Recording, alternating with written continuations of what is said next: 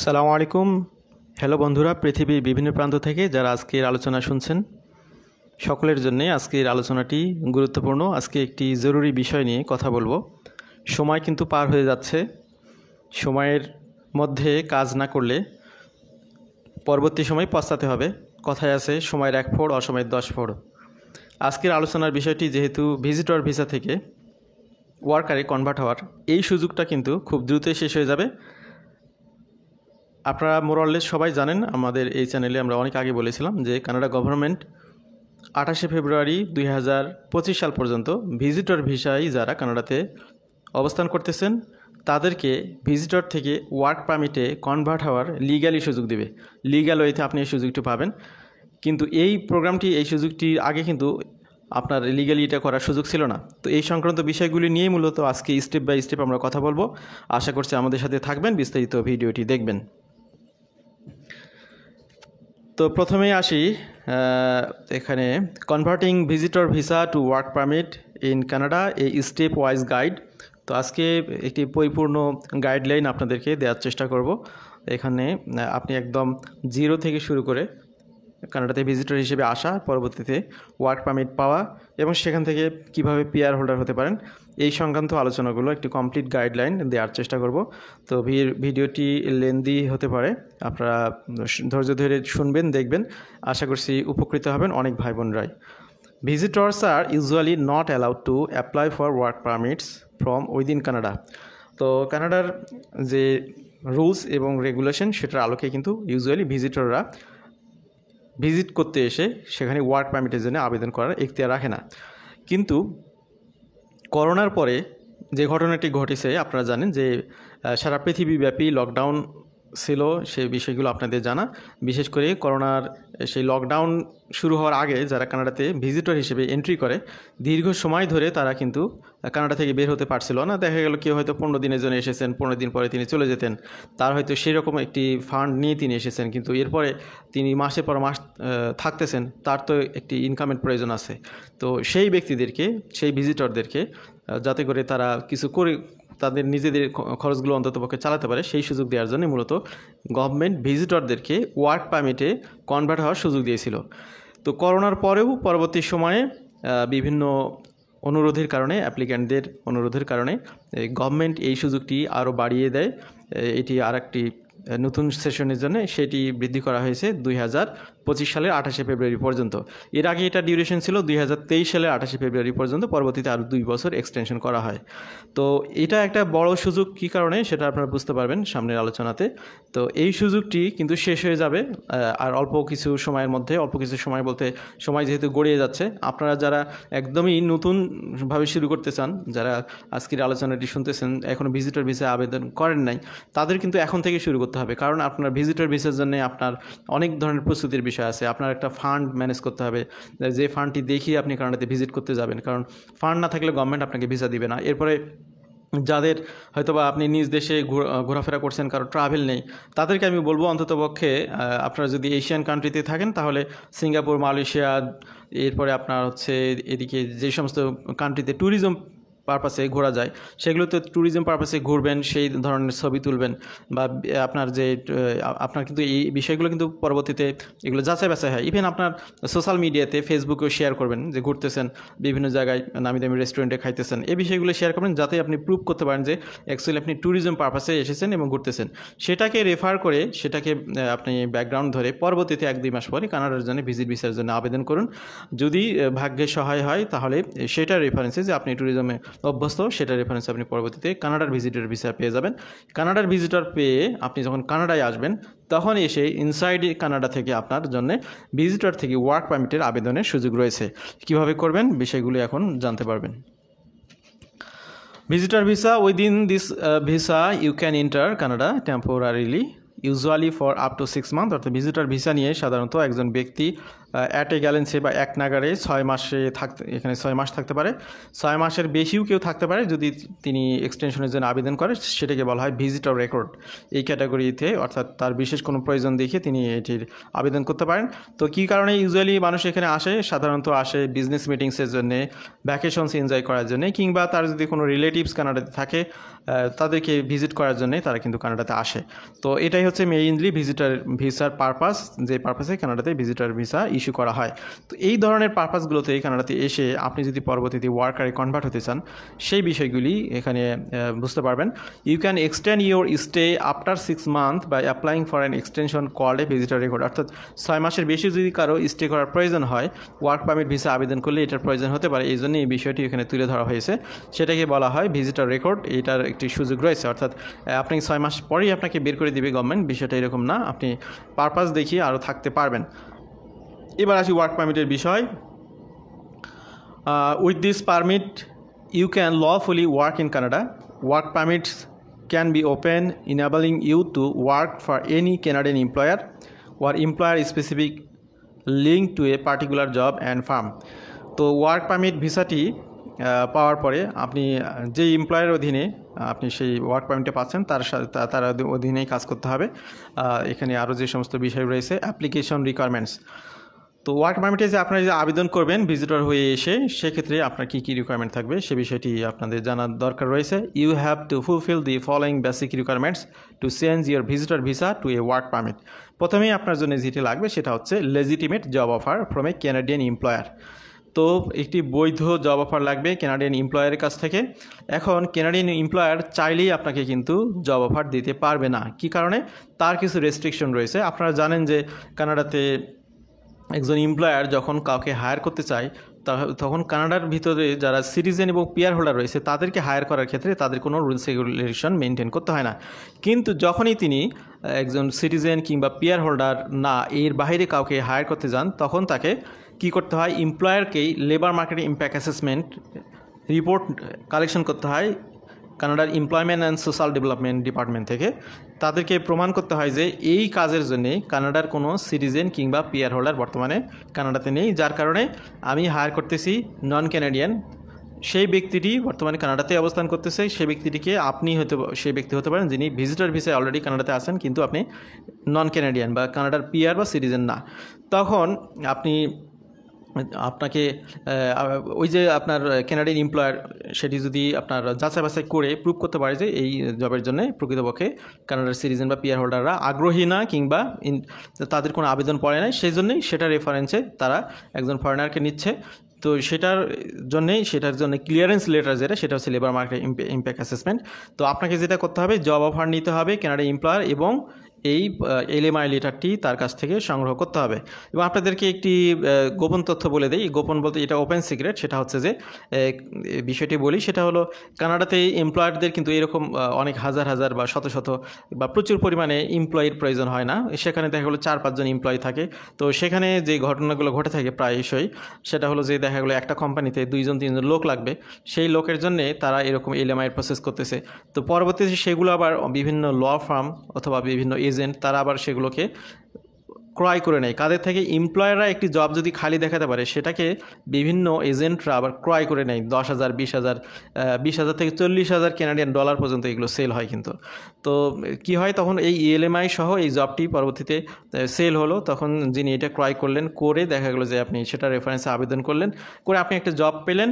এখন ওই টাকার বিনিময়ে আপনি একটি জবের ব্যবস্থা হয়ে গেল। এগুলো কিন্তু হয় স্টুডেন্টরা কিংবা অনেকেই কিন্তু এভাবে কিন্তু এই সুযোগগুলো নেয়, যার কারণে কিন্তু কানাডার বাইরে থেকে এলএমআই সহ যে জব সেগুলো কিন্তু ইউজুয়ালি আপনারা আবেদন করে পান না, কারণ হচ্ছে এগুলো ওখানেই ম্যানেজ হয়ে যায়, লোকালি এগুলো ম্যানেজ করে ফেলে। তো এই বিষয়টি এটা ইন্টারনাল একটা ইস্যু, তারপর আপনাদেরকে বললাম যে এই ধরনের ঘটনা কিন্তু ঘটে, যার কারণেই কিন্তু এলএমআই সহ জবগুলো বাহির থেকে পাওয়াটা অনেক টাফ। তো আপনারা লিগালি চেষ্টা করবেন, ইললিগাল ওয়েতে না গিয়ে, যে আপনি এইভাবে কোনো কিছু আপনার যোগ্যতা প্রিভিয়াস দক্ষতার আলোকে কোনো একজন এমপ্লয়ারকে ম্যানেজ করে লেজিটিমেট জব নিতে পারেন কিনা, এবং সেই সাথে এলএমআই লেটারটা আপনি নেবেন। তো যদি আপনার যেই জব সেই জবটি এলএমআই এক্সাম্পড হয়, কিছু কিছু জব রয়েছে যেগুলোর জন্য এলএমআই এর প্রয়োজন হয় না, যেমন কেয়ার গিভার ভিসা বা এই ধরনের অনেকগুলো ভিসা আছে, আপনি সেগুলো গুগলে সার্চ করলেও পারবেন যে এলএমআই এক্সাম জব কোনগুলো। সেগুলো পাওয়ার ক্ষেত্রে একজন এমপ্লয়ার সরাসরি আপনাকে এলএমআই লেটার ছাড়াই সরাসরি সেই জবগুলো দিতে পারে। তবে বলে রাখি, এখানে থার্ড ওয়ার্ল্ড কান্ট্রি, বিশেষ করে এশিয়ান কান্ট্রি যারা সিটিজেন, তাদের জন্য কিন্তু এলএমআই এক্সাম জব পাওয়াটা অনেক টাফ। কানাডার সাথে 35টি কান্ট্রির এগ্রিমেন্ট রয়েছে, যেটাকে বলে ইন্টারন্যাশনাল মোবিলিটি প্রোগ্রাম, সেটার সেটার অধীনে ইউরোপিয়ান আফ্রিকান অস্ট্রেলিয়া আশেপাশে অনেকগুলো কান্ট্রি আছে যেগুলোর সাথে কানাডার গভর্নমেন্টের চুক্তি রয়েছে। সেই সমস্ত চুক্তির বলে সেই সমস্ত কান্ট্রির সিটিজেনরা এখানে এলএমআই এক্সাম জবগুলো পায়, ওপেন ওয়ার্ক পারমিটে কাজগুলো করতে পারে। এই জন্যে যারা বাংলাদেশ, ইন্ডিয়া, পাকিস্তান বা এশিয়ান কান্ট্রি যারা শুনতেছেন তাদের পক্ষে কিন্তু এলএমআই এক্সাম জব পাওয়াটা অনেক টাফ। এই বিষয়টিও আমি আপনাদেরকে ক্লিয়ার করে রাখলাম। এরপরে আপনার যেটা লাগবে, আপনি লিগাল ভিজিটর স্ট্যাটাস নিয়ে যে কানাডাতে আছেন সেটার প্রুফ হিসেবে আপনার পাসপোর্টে ভিসার স্টিকার এবং পাসপোর্ট এগুলোর একটি কপি, স্ক্যান কপি আপনাকে এখানে দিতে হবে। Throughout the process until you receive a work permit you must maintain your legal status as a visitor in Canada. অর্থাৎ এখানে আরেকটি বিষয়, সেটা হলো যে ভিজিটর স্ট্যাটাসটা যাতে আপনার ঠিক থাকে। দেখা গেলো যে আপনি কানাডাতে ঢুকেছেন, 5 মাস পার হয়ে গেছে, আর 1 মাস পরে আপনার দেশে ফেরত যেতে হবে, কারণ আপনি তো 6 মাস পর্যন্ত থাকতে পারবেন। এরপরে আপনি ওভার স্টে করতেছেন, ওভার স্টে রেকর্ড হলে কিন্তু সেটা আপনার জন্য পরবর্তীতে যে কোনো ভিসাতে এটা আপনার জন্য সমস্যা করবে। আর আপনি লিগালি গভর্নমেন্টের নিকট অনুমোদন নিতে পারেন, আবেদন করতে পারেন যে 6 মাসের বেশি আপনার থাকতে হবে কোনো একটি কজ দেখিয়ে। ওতে বলতে পারেন যে আমার রিলেটিভস অসুস্থ, তাকে দেখাশোনা করতে হবে, বা এই ধরনের কোনো একটি কজ দেখে আপনি এক্সটেনশন করে নিতে পারেন, সেটা ভিন্ন ইস্যু। কিন্তু ইউজুয়ালি আপনি যদি ওভার স্টে করেন সেটা আপনার জন্য পরবর্তীতে হিতে বিপরীত হবে। সুতরাং লিগাল স্ট্যাটাসটা মেইনটেইন করে আপনাকে সেই আপনার ওয়ার্ক পারমিটের জন্য আবেদন করতে হবে। Visitor visa to work permit step wise guide. তো এখানে অলরেডি গাইড আপনারা পেয়ে গেছেন, বেশ কিছু অনেক মেজর গাইডগুলো পেয়ে গেছেন। এখন আপনি যে কাজগুলো করবেন, আবার এখানে হিন্টসগুলো শুরু হচ্ছে। Find a Canadian employer that will hire you, first utilize recruitment firms, internet jobs board and networking. এখন আমার কথা শুনে অনেকে বলতে পারেন যে ভাই এই ধরনের জবগুলো কীভাবে পাবো? তো সেই গাইডটা এখানে পাচ্ছেন আপনি। ইন্টারনেট থেকেও আপনি জব বোর্ডগুলো পাবেন, যেমন বিভিন্ন দেশে যে অনলাইন জব পোর্টালগুলো রয়েছে, আপনি সেখানে ঘরে বসেই কিন্তু জানতে পারবেন যে ওই দেশে কী কী জব ভ্যাকান্সি রয়েছে। তো আপনি সেই ইন্টারনেট থেকে আপনি দেখলেন যে এই মুহূর্তে আপনি কোন টেরিটরিতে আছেন কানাডাতে, সেই টেরিটরিতে কোথায় কোন জব ভ্যাকেন্সি রয়েছে, সরাসরি সেই অফিসে চলে গেলেন, গিয়ে এমপ্লয়ারদের সাথে কথা বললেন যে আপনার যে প্রিভিয়াস জব এক্সপিরিয়েন্স বা প্রিভিয়াস দক্ষতা, অভিজ্ঞতা, সেটা সেই এমপ্লয়ারের জন্য আপনাকে হায়ার করলে তার জন্য এটা অনেক লাভের বিষয় হবে। এই বিষয়টি যদি তাকে আপনি বোঝাতে পারেন তাহলে কিন্তু সহজেই আপনি সেখানে হায়ার্ড হতে পারেন বা আপনাকে তিনি হায়ার করবে। তো এটা একটা বিষয়, সরাসরি আপনি ফার্মে চলে যেতে পারেন। ইউটিলাইজ রিক্রুটমেন্ট ফার্ম, তার মানে এখানে অনেক রিক্রুটমেন্ট ফার্মস রয়েছে, তবে প্রতারণা থেকে সাবধান হবেন। অবশ্যই যাদের লাইসেন্স রয়েছে এবং আপনি লয়ারের সহযোগিতা নিয়ে খোঁজ নেবেন যে প্রকৃতপক্ষে তারা লিগাল কিনা, এই বিষয়গুলো কিন্তু আপনাকে খোঁজ নিতে হবে। এবং আপনি লিঙ্কডইন বা আরও অন্যান্য যে সমস্ত নেটওয়ার্কিং রয়েছে, সোশ্যাল নেটওয়ার্কিংয়ের মাধ্যমে এই ধরনের জবগুলোর খোঁজ নিতে পারেন। এলএমআই অবটেইন বাই এমপ্লয়ার, এই এলএমআইয়ের বিষয়ে তো বিস্তারিত কথা বললাম। তারপর এখানে চলে এসেছে স্লাইডে। And LMI from employment and social development Canada USDC is required by most of the employers. This entails demonstrating the lack of Canadian candidates to fill a job position after advocacy advertising in Canada। অর্থাৎ advertisement দিয়েও এই পজিশনের জন্য উপযুক্ত লোক পাওয়া যাচ্ছে না, যার কারণে এমপ্লয়ার আপনাকে হায়ার করতেছে, সেই বিষয়টি এমপ্লয়ারকে প্রুভ করতে হবে। এবং এমপ্লয়ারকে এখানে সেই পজিশনের জন্য 1000 ক্যানাডিয়ান ডলার খরচ করতে হবে ওই লেবার মার্কেট ইম্প্যাক্ট অ্যাসেসমেন্ট প্রসেসিংয়ের জন্য। তো এই খরচটি এমপ্লয়ার করবে, আপনি কিন্তু করবেন না। তবে এখন ওই যে আপনি যদি আন্ডারস্ট্যান্ডিংয়ের মাধ্যমে নেন, তাহলে দেখা গেলো যে তিনি 1000 ডলার খরচ করবেন, তিনি দেখা গেলো যে 10,000 20,000 ডলারে এই জবটি সুযোগ দিচ্ছে বা সেল করতেছে। এই ধরনের ঘটনাগুলো ঘটে থাকে মানে হরহামেশাই। তবে যেগুলো লিকুইডিভ, যাদের কোয়ালিটি অনেক এক্সেপশনাল, তাদের হয়তো সেটা লাগবে না, এমপ্লয়ার নিজ গরজেই আপনাকে হায়ার করতে এগ্রি হবে।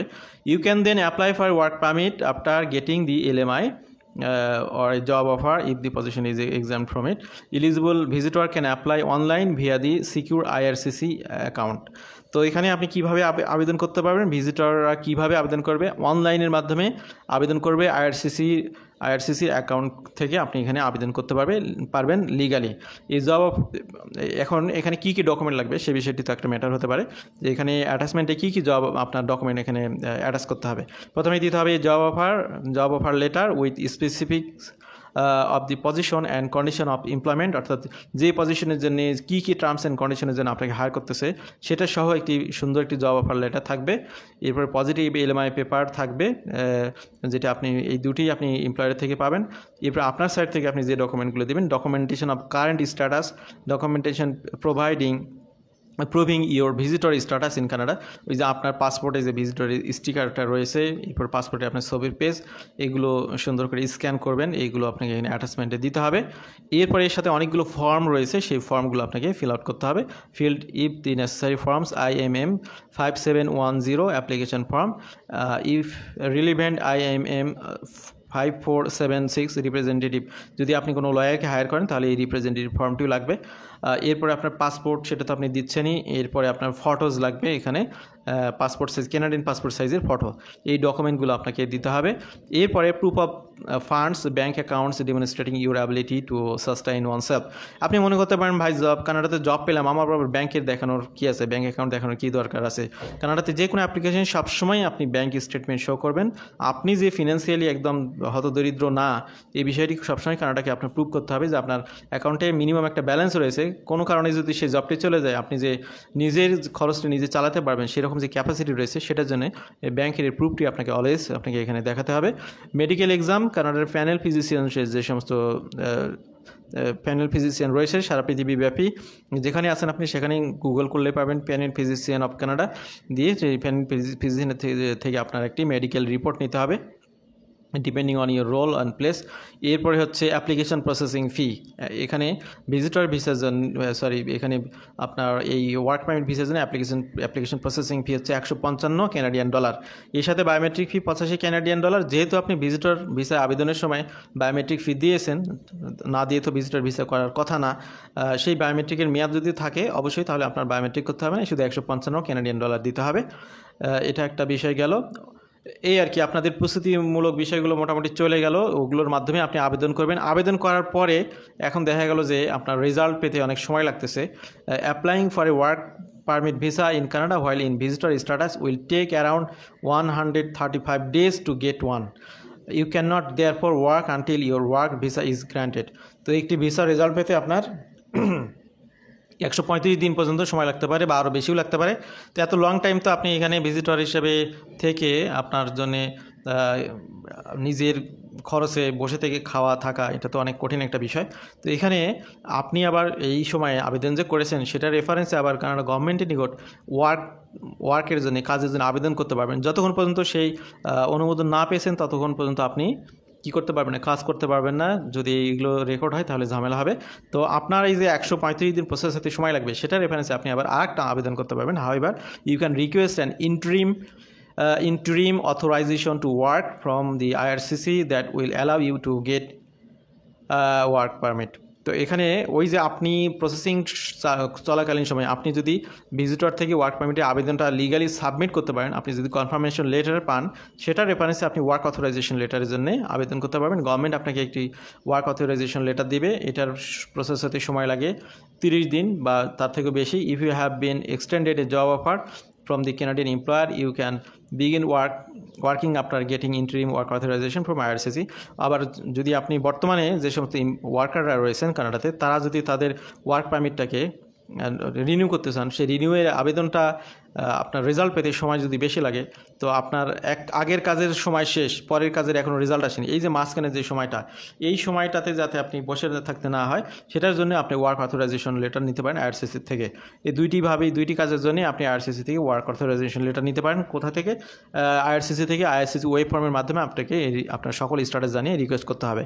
Do not start work until IRCC get in touch. It can take up to 30 working days to get a work authorization. এখানে 30 দিন থেকে 6 সপ্তাহ বা আপনার 1.5 মাস সময় লাগবে, বেশিও লাগতে পারে এখন যেহেতু সময় বেশি লাগে অনেক ক্ষেত্রে। Get work authorization letter confirmation. তো এখন ওই যে আপনি ভিজিটর হিসেবে এখানে এসে ওয়ার্ক পারমিটের জন্য আবেদন করেছেন, আপনার আবেদন সাবমিট হয়েছে, কনফার্মেশন লেটার পেয়েছেন, এরপরে আপনি কাজ করার জন্য ওয়ার্ক অথরাইজেশন লেটার জন্য আবেদন করলেন। এটার জন্য আবেদন করলেন করে আপনি যদি সেখান থেকে ওয়ার্ক অথরাইজেশন লেটার পান, কনফার্মেশন পান, তাহলে সেটার রেফারেন্সে আপনি আবার কাজ করতে পারবেন যতক্ষণ পর্যন্ত রেজাল্ট না হয়েছে। রেজাল্ট হওয়ার পরে আপনার ভিসা যদি অ্যাপ্রুভ হয়, তাহলে আপনি তো সেই যে ভিসার জন্য আবেদন করেন সেটাই সেই জবই করবেন। যদি অ্যাপ্রুভ না হয়, তাহলে আপনাকে আপনার কান্ট্রিতে ফেরত যেতে হবে। এই হলো বিষয়। What is the processing time for work permit inside Canada? তো ইনসাইড কানাডা থেকে অ্যাকচুয়ালি ওয়ার্ক পারমিটের প্রসেসিং টাইম হচ্ছে এভারেজ 92 দিন, মোস্ট রিসেন্ট আপডেট তথ্য অনুযায়ী। তো আজকের আলোচনাটি আশা করছি অনেকের জন্যই উপকারী হবে। আমরা আলোচনার শেষ প্রান্তে চলে এসেছি।